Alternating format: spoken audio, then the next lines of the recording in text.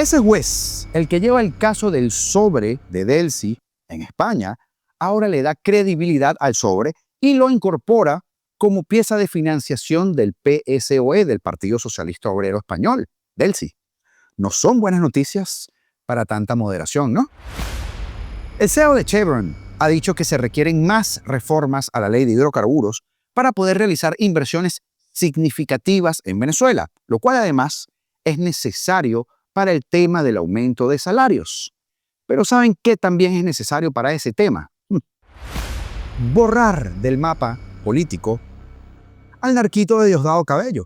Porque mientras la ciudadanía reclamaba por la mejora de sus condiciones, ese infeliz sacó a relucir todo el resentimiento que tiene en contra del país y aplicó la de siempre: reprimir e intimidar. Señores del Departamento de Estado, van tarde con recolectar la recompensa de los 25 millones de dólares. Van muy tarde. Transparencia Venezuela exige reestructurar el Ministerio Público antes de elegir al fiscal general. Sería de lógica, ¿verdad? Mientras tanto, el senador estadounidense Ted Cruz ve posible un cambio de gobierno en Irán, Venezuela y Cuba en 6 meses. Y María Corina Machado habla de posibles elecciones en un plazo de 10. Así que quédate, porque este, como siempre, es el mapa de las últimas horas en Venezuela y en el mundo. Te lo cuento hoy, martes 24 de marzo de 2026. Augusto Navarro en este espacio que se llama Apolítico. Comenzamos.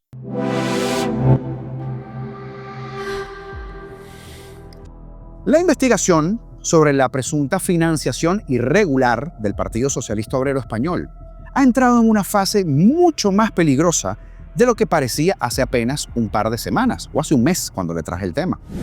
Lo que en un principio se presentaba como un caso de pagos en efectivo dentro de una formación política española, condenable, comienza ahora a dibujar una red internacional en la que aparece, una vez más, el petróleo venezolano, el aparato político del chavismo y una posible estrategia de influencia exterior. El giro se produjo ayer cuando el juez de la Audiencia Nacional, Ismael Moreno, decidió incorporar a la pieza separada secreta el contenido del llamado sobre de PDVSA, entregado por el empresario Víctor de Aldama. Hemos hablado bastante de este tema. Pues bien, lejos de restarle importancia, el magistrado activó nuevas diligencias y ordenó a la Unidad Central Operativa, que se conoce como la UCO, que analizara la documentación punto por punto. Una señal inequívoca de que el material no fue considerado irrelevante, todo lo contrario, potencialmente incriminatorio. Ese sobre, según la versión de Aldama, había sido entregado directamente por la interiana Delcy Rodríguez y contenía documentos que van a permitir seguir la trazabilidad de fondos que vienen o que iban desde la estatal petrolera, Petróleos de Venezuela, hacia las estructuras financieras internacionales. Por algo, la pirata del Caribe era la ministra de Petróleo, ¿no? Si esa línea se confirma, el caso, por supuesto, va a dejar de ser un escándalo de financiación irregular doméstico para transformarse en una investigación de corrupción transnacional. Otra, con posibles implicaciones de injerencia extranjera en la política española. En términos jurídicos y diplomáticos, eso por supuesto implicaría la apertura de comisiones rogatorias de cooperación judicial con terceros países y la entrada en escena de organismos internacionales de control financiero. Lo más revelador es que esta no es la primera vez, obvio, usted lo sabe, que el dinero venezolano aparece vinculado a estructuras políticas extranjeras. Porque durante años, informes, filtraciones, reportajes han señalado que el chavismo utilizó a PDVSA para tejer alianzas ideológicas y redes de influencia en Europa y América Latina, financiando fundaciones, partidos y movimientos afines a la dictadura. Lo que antes eran sospechas políticas, ahora puede convertirse en material probatorio dentro de un proceso judicial en Europa. El interés del juez Moreno en el contenido de ese sobre fue tal que interrogó a Aldama durante casi 2 horas, una duración poco habitual en este tipo de comparecencias. Fuentes jurídicas en España sostienen que el instructor se mostró especialmente sorprendido por la documentación. ¿Qué habrá visto? lo que refuerza por supuesto la hipótesis de que los documentos contienen datos verificables, fechas, transferencias, sellos oficiales o referencias a operaciones concretas. De hecho, los investigadores ya habían detectado la existencia de ese sobre antes de que fuera entregado de manera formal, al encontrarse con una imagen, una foto, en el mismo teléfono del socio de Víctor de Aldama, donde se apreciaba un sello de la vicepresidencia venezolana. Ya usted sabe de quién hablamos. Ese detalle, aparentemente menor, ahora adquiere relevancia en la sede judicial porque apunta a la autenticidad del documento y a su origen institucional.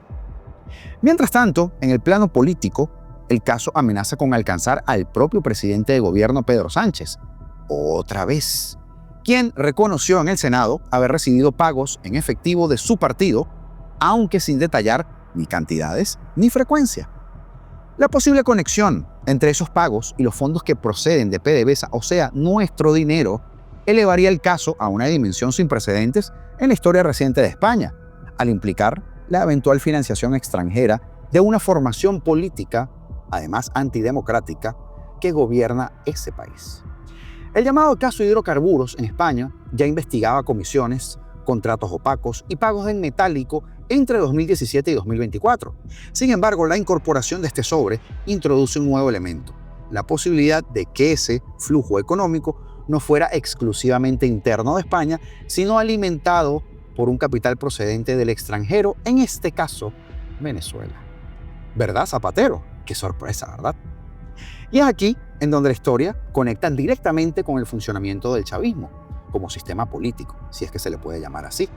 Porque durante años el control absoluto de PDVSA permitió al régimen disponer de miles, cientos de miles de millones de dólares sin supervisión parlamentaria real, lo que facilitó la creación de estas estructuras paralelas de financiación, políticas y diplomáticas.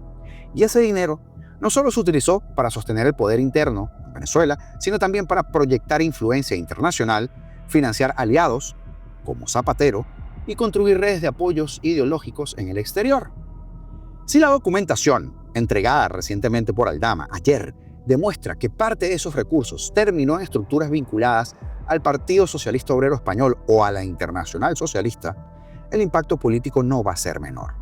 No solo se pondría en cuestión, por supuesto, la legalidad de la financiación del partido, sino la independencia de las decisiones políticas que podrían haber estado condicionadas por los intereses de Delcy, la moderada. La investigación, no obstante, va a ser larga y compleja. Las comisiones rogatorias requieren la cooperación de otros países, la verificación de cuentas bancarias, la autenticación de documentos y la reconstrucción de operaciones financieras que pueden haberse diseñado precisamente para evitar dejar rastros, pero no hay crimen perfecto. El simple hecho de que el juez haya decidido incorporar el contenido de ese sobre, una pieza secreta, ya indica que la causa ha superado el umbral de la mera sospecha política para ahora entrar en el terreno de la investigación penal seria. En paralelo, la filtración de informaciones que minimizaban el contenido del sobre ha sido interpretada entonces por el entorno judicial como intentos de desactivar el impacto mediático y político del caso. ¿Recuerda usted el programa de ayer? Zapatero diciendo, ¡puras patrañas! Esta estrategia ya se ha visto en otras investigaciones sensibles en España. Se siembra la idea de que no hay pruebas suficientes, mientras que los investigadores siguen haciendo trabajo en silencio, no solo en política, hasta en el deporte. Lo que está en juego no es solo el futuro judicial de un empresario o la reputación de un partido. Lo que se está investigando es la posible utilización de recursos de una empresa estatal venezolana para influir en la política de un país europeo, un escenario que, de confirmarse, abrirá un conflicto diplomático y político de gran magnitud entre la parte decente de Madrid y Caracas, o la parte decente de Caracas. Porque cuando el dinero del petróleo cruza la frontera para financiar proyectos políticos en el extranjero, la corrupción deja de ser simplemente un delito económico y se convierte en una herramienta de poder geopolítico. Y eso es exactamente lo que ese sobre, aparentemente simple, sellado y olvidado durante años, podría estar empezando a demostrar. Se vienen curvas. Pero hablando de delitos, el día de ayer, los fascinerosos colectivos del chavismo bloquearon la marcha de los trabajadores que exigían salarios dignos. Una vez más, el dinero del narcotráfico al servicio de los intereses de Diosdado Cabello, el capo, porque esos, los fascinerosos, de gratis, no defienden ni a sus madres. Un grupo de delincuentes motorizados vinculados al régimen chavista y bajo las órdenes de Cabello impidieron que este lunes la movilización de gremios y sindicatos que pretendían llegar a la sede del Ministerio de Trabajo lo hicieran. Un derecho que corresponde al ciudadano venezolano, pero que se cercena la dictadura. Que el presidente Trump quiere a petroleras invirtiendo. Ya lo dijo el CEO de Chevron y lo va a escuchar más adelante. Hace falta hacer más para invertir. Pues sí, tocará hacer un pequeño ajuste, como el que hicieron en Irán con Qasem Soleimani, pero en la versión tropical e incontinente, si es que usted me entiende. La protesta, que buscaba denunciar la precariedad salarial, el irrespeto por las convenciones colectivas y un sinfín de reivindicaciones, fue interceptada frente a la Fiscalía por una concentración o una contramarcha del oficialismo organizada para obstaculizar la ruta. ¿Idea de quién? Del individuo al que hay que reubicar. Carlos Julio Rojas, periodista, defensor de derechos humanos, expreso político. Aquí puedes ver al pueblo de Caracas, a vecinos, a trabajadores, que se les está impidiendo nuestro legítimo derecho a la protesta. No es posible que la jefatura de gobierno, Alexander Revés y Nahum Fernández, con colectivos le impidan la protesta al ciudadano. La protesta iba a Plaza Caracas, porque el salario es salario de hambre, menos de $1 al mes es el salario mínimo. Además, el tema de servicios públicos, y lo digo como vecino, lo digo como ciudadano, no es posible que en el centro de Caracas la respuesta que tú le das al ciudadano es impedirle el derecho a la protesta. Aquí puedes ver al pueblo de Caracas, y ahí lo puedes ver con tarimas, con motos de alta cilindrada, pero realmente la exigencia a Delcy Rodríguez, si tú crees en una transición a la democracia, tienes que permitir el legítimo derecho a la protesta. Eso es lo que estamos pidiendo. Aquí puedes ver a los colectivos, a gente que es violenta, y por eso pues llamamos a las instancias internacionales, a la oficina del Alto Comisionado, y que realmente se entienda, para que exista democracia tienes que permitir la protesta pacífica, democrática y constitucional. No queremos más salarios de hambre, queremos servicios públicos de calidad y queremos la libertad de todos los presos políticos, que en su gran mayoría vienen de los barrios de Caracas. Perdieron la calle, el pueblo está pidiendo salarios dignos, servicios públicos de calidad, libertad y democracia. Y es que, como dice Carlos Julio Rojas, colega y defensor de los derechos humanos, perdieron la calle y más de uno aparentemente quiere perder otras cosas. Y es que del 1 al 10, ¿qué tan 10? Es la necesidad de mandar a pasear ya al Diosdado Cabello este. Pero como les decía, el director ejecutivo de la petrolera estadounidense Chevron, Mike Wirth, expresó la necesidad de mayores reformas en la ley de hidrocarburos de Venezuela para así poder expandir operaciones y realizar intervenciones significativas en el sector petrolero. Pero, si no se garantiza los derechos de un ciudadano a marchar, usted me dirá. Chevron incrementó la producción de petróleo en Venezuela a principios de este año, sí. Pero las grandes inversiones, las grandes de verdad, en el sector energético del país requieren de muchos más cambios en las leyes, expresó Wirth durante su participación en el foro CERAWeek de 2026, donde está María Corina, por cierto, de acuerdo con una publicación del medio Wall Street Journal. En enero de 2026, glorioso enero quiero decir, Venezuela aprobó la reforma de la ley de hidrocarburos para incrementar la inversión privada. Y en las últimas semanas, funcionarios de la administración Trump han conversado con ejecutivos petroleros estadounidenses sobre la necesidad de ejecutar mayores inversiones en Venezuela para asegurar las líneas de suministro de combustible del hemisferio occidental, sobre todo en estos momentos, mientras el conflicto con Irán mantiene allí en alerta el estrecho de Hormuz. Esto indica la nota.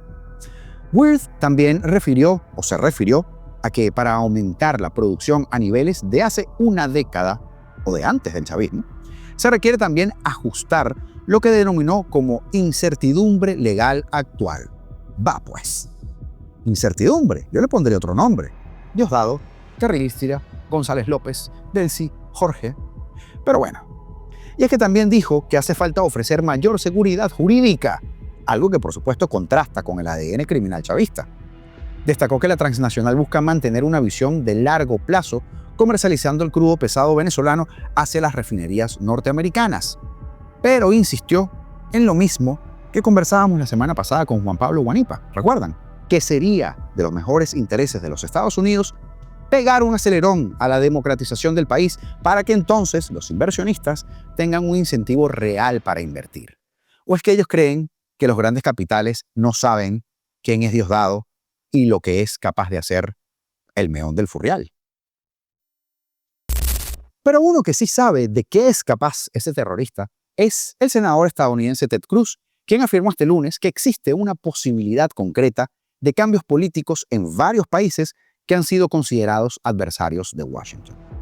A través de su red social X, el legislador republicano en una entrevista señaló que en los próximos 6 meses podríamos ver nuevos gobiernos en Irán, en Venezuela y en Cuba, y advirtió que un eventual giro en estas naciones podría representar una transformación de gran alcance en el escenario internacional. Estas fueron sus palabras. Y sabes, estamos en un momento interesante porque existe una posibilidad muy real de que en los próximos 6 meses veamos nuevos gobiernos en Irán, Venezuela y Cuba. Y si terminamos con gobiernos en esos 3 países que quieran ser amigos de Estados Unidos en vez de enemigos, eso sería el mayor cambio geopolítico desde la caída del muro de Berlín. Ahora déjenme ser claro. Hay 1000 maneras en las que eso puede salir mal. No estoy siendo ingenuo ni diciendo, todo es maravilloso, pero, objetivamente, los regímenes allá son más débiles. Y es que se puede decir más alto, pero quizá no se pueda decir más claro, ¿verdad? Y es que además, María Corina Machado aseguró en una entrevista realizada por el Financial Times que hacer elecciones en Venezuela tardaría al menos 40 semanas en organizarse, 10 meses, una vez que puedan registrarse a millones de votantes en el exterior, o sea, 10 meses a partir de ese momento. Ha dicho María Corina, queremos llevar a cabo un proceso que sea ejemplar e impecable ante todo para que todos los venezolanos puedan confiar en él. Agregó que ese proceso lleva tiempo, pero que quieren hacerlo lo más rápido posible, ya que eso es precisamente lo que más necesitamos para dar garantías a los inversionistas y a los venezolanos que quieren regresar. La líder de la oposición destacó que es necesaria una reforma en el Consejo Nacional Electoral, ya que está bajo control del chavismo, como es evidente, y yo le agregaría, desde esta humilde tribuna, que hay que asegurarse simplemente de la presencia de testigos nacionales e internacionales, así como de la transparencia en el conteo final de los votos y las totalizaciones, o sea, lo que pasó el 28 de julio, pero de manera regular. Giuseppe Gangi tiene toda la data, ella también. La paliza fue monumental, pues la paliza que viene será peor. Y la única forma de contrarrestar a los esbirros de las instituciones es que lo podamos comprobar. That's it.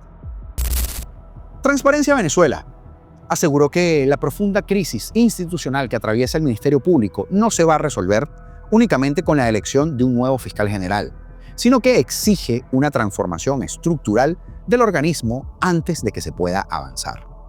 La organización lo describió como una institución que criminaliza, usted lo sabe, persigue, viola derechos y que opera en muchos casos como garante de la impunidad y cómplice de la gran corrupción transnacional.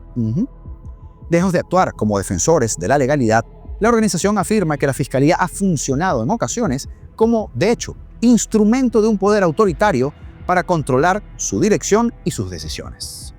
La ONG subraya que estos problemas no dependen únicamente de la persona que ocupe el cargo de fiscal general, sino del engranaje más amplio de leyes, de procedimientos y de equipos de trabajo que están alineados con un sistema de justicia putrefacto que carece de independencia real. Ante la atención pública, que por supuesto ha generado la selección de este nuevo fiscal, la organización insiste en que el foco del debate debe centrarse en reformar la estructura institucional del ministerio y no solo en elegir a un hombre. Porque muchos de los candidatos propuestos tienen trayectoria profesional y ética, pero Transparencia Venezuela advierte que hacer frente a la llamada captura institucional las redes activas de corrupción y la desconfianza ciudadana requiere de un rediseño más profundo. Puedes ser una buena persona al frente de esa institución, pero si la institución no sirve, tú me dices. Entre los principales retos que identifica están la falta de autonomía frente al poder político, la provisionalidad de sus funcionarios, la excesiva concentración de poder en el fiscal general, el uso político del sistema penal, la impunidad estructural, la opacidad en los procesos y la debilidad técnica y organizativa. También destaca que para que cualquier modelo renovado de fiscalía sea efectivo, se requiere garantizar independencia política y funcional, así como autonomía financiera. Un reclamo clave debido a que históricamente es precisamente el sistema de justicia en Venezuela quien ha recibido el presupuesto inferior o un presupuesto inferior al 1.5% del total nacional. Por cierto, hablando de este tema, y no menos importante, familiares del caso Gedeón denuncian torturas y desnutrición crítica de sus seres queridos. Estamos hablando de la pérdida de 30 kilogramos, en algunos casos 30. Ellos entregaron una petición formal a la encargada de negocios Laura Dogu solicitando que el presidente Trump y el secretario de Estado Marco Rubio exijan una amnistía general para los detenidos y, por cierto, no fueron los únicos en tomar esa iniciativa, porque mira este video de Beatriz Adrián desde la Embajada de los Estados Unidos, en donde recibieron a Marjorie. Bueno, venimos a consignar una solicitud, un documento para la revisión del caso de mi papá, pues en este caso que está privado de libertad. ¿Cuál es su padre? José Gregorio Trejo Figueredo. ¿Ustedes qué están pidiendo? Bueno, que se le revise su caso, su situación. Ha pasado 2 años y no se le ha hecho, no se le ha realizado nada, no se le ha aperturado nada. No. ¿De qué está acusado él? Favorecimiento bélico, traición a la patria, terrorismo, ¿Es asociación, no, es policía. ¿Policía de qué cuerpo? Del Estado Apure, San Fernando Estado Apure. Sí, él es policía. ¿Desde qué año está detenido viendo? Desde el 2024, tiene 2 años, privado de libertad, 2 años y 1 mes. ¿Por qué deciden venir a la Embajada de Estados Unidos? Bueno, para darle celeridad a toda esta situación que ha sido bastante fuerte, bastante dolorosa, pues. Y mi papá ya es una persona adulta, tiene 62 años, está encerrado, está así. Entonces es eso, esperando en Dios primeramente y que se le dé celeridad al asunto y pronto pueda salir, pueda estar con nosotros, pues ha pasado mucho tiempo, no se le celebra nada, no se pronuncia nada, hemos hecho reiteradas solicitudes cuantas existan y no nos dicen nada. ¿Ya fueron a la Comisión de Amnistía? Sí, cómo no. ¿Y qué les dicen? Bueno, aún no nos han dicho nada. Probablemente lo hayan negado o sea, lo han hecho con muchas otras personas que tienen los mismos tipos penales. Pero estamos en eso. ¿Qué le han dicho aquí? Nos van a recibir el escrito, gracias a Dios. Es una cartica, una solicitud con todas las cosas. Cada uno lo está haciendo individualmente aquí hoy. Bueno, como le digo, nosotros venimos de San Fernando de Apure y ya íbamos de regreso, entonces nos dijeron, están aceptando eso, vamos para allá. A ver si es posible, pues, que nos atiendan con respecto a esta situación que ya estamos. ¿Tu nombre? Marjorie Trejo. Gracias, Marjorie. Gracias. ¿Me dijiste dónde está detenido? Rodeo 1. Rodeo 1 está detenido. ¿Desde cuándo? Está detenido desde el 18 de febrero del 2024. Tiene 2 años ya y 1 mes. Ya le corresponde un decaimiento de la medida porque no se le ha celebrado ningún acto, no se le ha dado apertura a juicio y entonces están allí en el limbo, ¿ves? No hay pruebas, no hay elementos de convicción. O sea, es como una historia holística del investigador y eso no lo trae a colación, pues no. ¿A qué embajada vienen y qué esperan? A la Embajada de Estados Unidos y esperamos respuesta, por supuesto. Esperamos una respuesta favorable, una respuesta satisfactoria que nos quite ya todo este tiempo de espera y de sufrimiento y que hemos tenido. Gracias. Gracias a usted.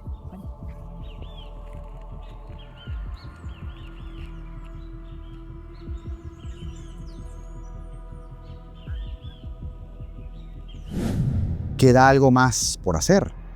Mejor dicho, si el que manda es Trump, pues bienvenida sea esta buena idea, sobre todo por la receptividad de la embajada, ¿no? Pues bien, no dejemos de exigir la libertad para todos los presos políticos, para todos, sin excepción, porque sin eso ya no se puede hablar de más nada, y usted sabe qué es así. Saludos especiales a Miguel Rodríguez por su aporte al canal mediante los Super Thanks y también para todos los que renovaron su suscripción, mejor dicho, su membresía este mes. un fuerte abrazo de todo corazón. Hoy más que nunca, su apoyo es fundamental para que estemos acá todos los días. Sobre el demoledor informe de la DEA, que deja muy mal parado al dictador del bigote, usted sabe quién es. El que, por cierto, pasado mañana va a una nueva audiencia. Sobre la última fantochada de la Indira Urbaneja esta. Sobre uno de los tantos guisos del Pony Álvarez, pasando por el tema de los riferos y hasta la concentración para recibir mañana a María Corina Machado en Houston. Hablamos en este video que te dejo por acá. Y esta noche, atentos, va a haber directo porque tenemos invitado especial. Por eso del tema de la audiencia de Maduro este jueves. Te lo vas a perder.